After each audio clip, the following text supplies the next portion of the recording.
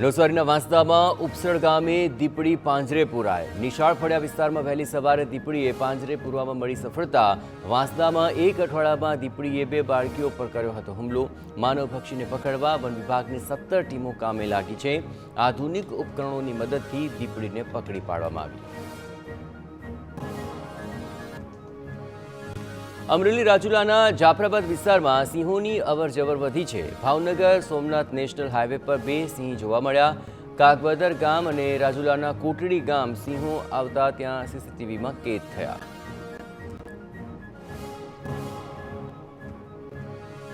Junagadh સાસણના Devaliya પાર્કનો video આવ્યો સામે। પ્રવાસીઓને સિંહ તો ન જોવા મળ્યા પણ એક સાથે 5 થી 6 દીપડાઓ જોવા મળ્યા। 4 માસ સફારી પાર્ક બંધ હોય છે તેવા સમયે દેવળિયા પાર્કનું સફારી પ્રવાસીઓ માટે ખુલ્લું રાખવામાં આવે છે।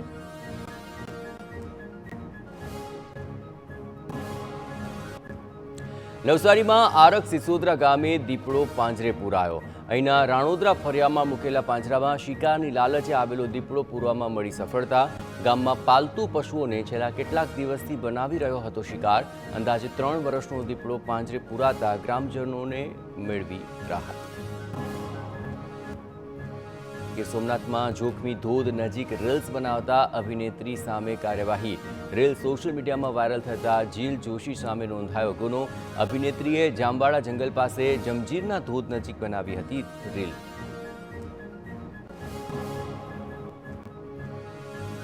નવસારી શહેર અને જિલ્લામાં વરસાદનું આગમન। નવસારી શહેર ઉપરાંત નવસારી ગ્રામ્ય અને જલાલપુર વિસ્તારમાં વરસાદને પગલે ગરબા આયોજકોમાં ફેલાયો ચિંતાનો માહોલ।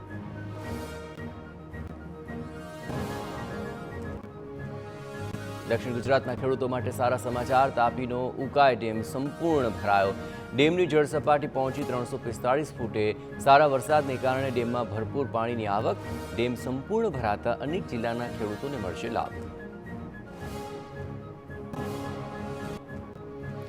આ વર્ષે ગરબામાં થશે મોજ। મોડી રાત સુધી ગરબા રમી શકાય એવી જાહેરાત કરવામાં આવી। ગૃહ રાજ્યમંત્રી હર્ષ સંઘવીએ જણાવ્યું કે વેપારીઓ વેપાર કરી શકે તે માટે વ્યવસ્થા કરાઈ રહ્યા છે। શેરી ગરબા અને પ્રોફેશનલ ગરબા માટે અલગ અલગ નિયમો રખાયા છે। ઉપરાંત ગાઈડલાઈનનું સંપૂર્ણ પાલન કરાવવામાં આવશે।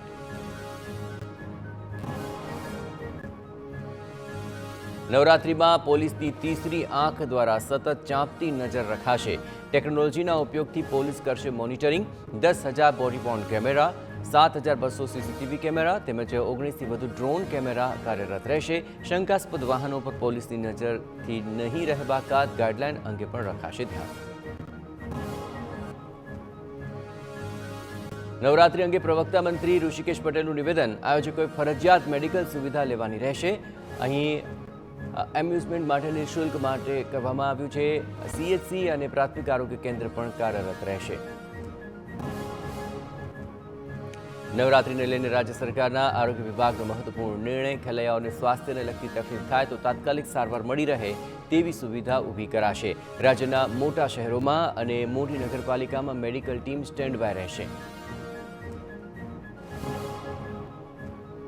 ખાસ કરીને મોટા પાર્ટી પ્લોટમાં ગરબા રમતી વખતે ખેલૈયાઓને હાર્ટ એટેકને લગતી સમસ્યાઓ, ગભરામણ કે ડિહાઇડ્રેશન, વોમિટિંગ, ચક્કર જેવી સમસ્યાઓ થાય તો તુરંત સારવાર અપાશે।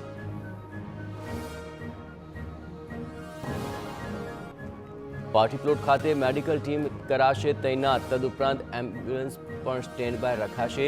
આરોગ્ય વિભાગે રાજ્યના મહાનગરપાલિકા અને નગરપાલિકાના સ્થાનિક તંત્રને આપી સૂચનાઓ। રાજ્ય સરકારે પાર્ટી પ્લોટમાં ફૂડ સ્ટોલની સાથોસાથ મેડિકલનો સ્ટોર પણ લગાવવાની સૂચના આપી। સરકારી હોસ્પિટલમાં સ્ટાફને હાજર રહેવાની અપાઈ સૂચના।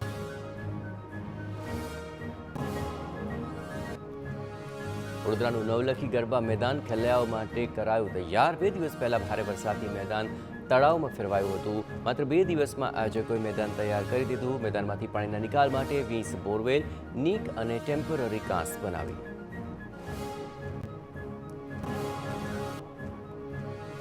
મેદાનમાં ભરાયેલું આખું પાણી જમીનની અંદર ઉતારી દેવાયું। આયોજકોએ કહ્યું કે વરસાદ બંધ થવાના 1 કલાકમાં મેદાન તૈયાર થઈ જાય તેવી વ્યવસ્થા કરી છે। હવે તમામ 9 દિવસ ખેલૈયાઓ મન મૂકીને ગરબા રમી શકશે। વરસાદના વિઘ્ન વચ્ચે પણ યુવાધન ગરબા રમવા તત્પર। નવરાત્રિને લઈને ખેલૈયાઓની તૈયારી પૂર્ણ. વરસાદનું વિઘ્ન નડે તો રેનકોટ પહેરીને પણ ગરબા રમશે ખેલૈયાઓ.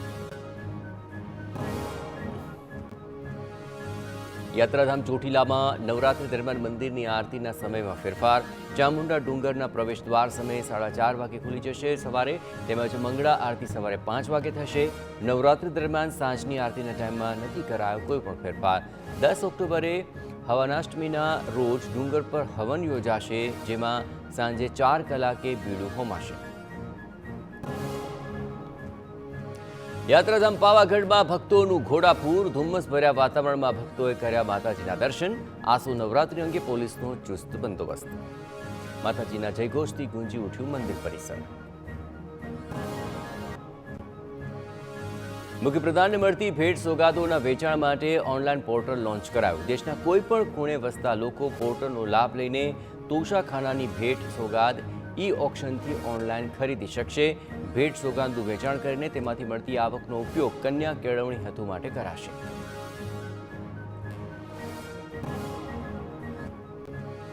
ગાંધીનગરમાં દહેગામ નજીક રાષ્ટ્રીય રક્ષા યુનિવર્સિટી ખાતે 6 મહિનાનો સાયબર કમાન્ડો ટ્રેનિંગ પ્રોગ્રામનું ઉદ્ઘાટન. વિવિધ રાજ્યોમાંથી અધિકારીઓ અને કર્મચારીઓ ઉપસ્થિત રહ્યા. સાયબર કમાન્ડો ટ્રેનિંગમાં 6 મહિનાની તાલીમ લઈને અધિકારીઓ અને કર્મચારીઓ વિવિધ રાજ્યોમાંથી વધુ સાયબર એક્સપર્ટ તૈયાર કરશે.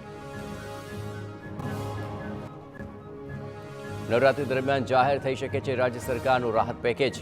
કેબિનેટ બેઠકમાં નુકસાનીના સર્વે મુદ્દે થઈ ચર્ચા. હજુ કેટલાક વિસ્તારોમાં સર્વેની કામગીરી બાકી. સર્વેની કામગીરી ઝડપથી પૂર્ણ કરવા સીએમની તાકીદ. સોમનાથમાં ડિમોલેશનનો મામલો સુપ્રીમ કોર્ટ પહોંચ્યો. અરજદારે સુપ્રીમ કોર્ટમાં કન્ટેમ્પ્ટ પિટિશન દાખલ કરી. તિરસ્કારની અરજીમાં કહેવામાં આવ્યું કે બુલડોઝરની કાર્યવાહી રોકવા સુપ્રીમ કોર્ટનો આદેશ હોવા છતાં મોટા પાયે ડિમોલેશન કરાયું. પિટિશનમાં ગીર સોમનાથ કલેક્ટર અને અન્ય અધિકારીઓ સામે તિરસ્કારની કાર્યવાહીની માંગ કરાઈ.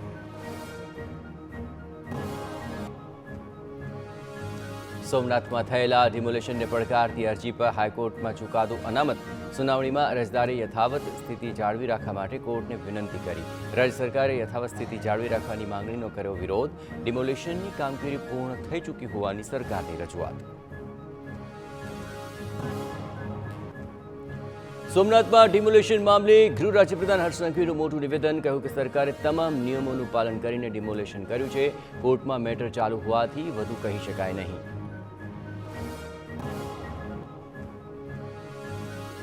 અમદાવાદમાં ગુંડા રાજ પર હર્ષ સંઘવીના આકરા વેણ. કહ્યું કે દાદાના રાજમાં કોઈ પણ પ્રકારની દાદાગીરી નહીં ચલાવાય. લોકલ ટપોરી તલવાર ઉઠાવતા પહેલા ધ્રુજી જશે તેવી કાર્યવાહી કરાશે. વધુમાં કહ્યું કે કાયદામાં રહેશે તો ફાયદામાં રહેશે.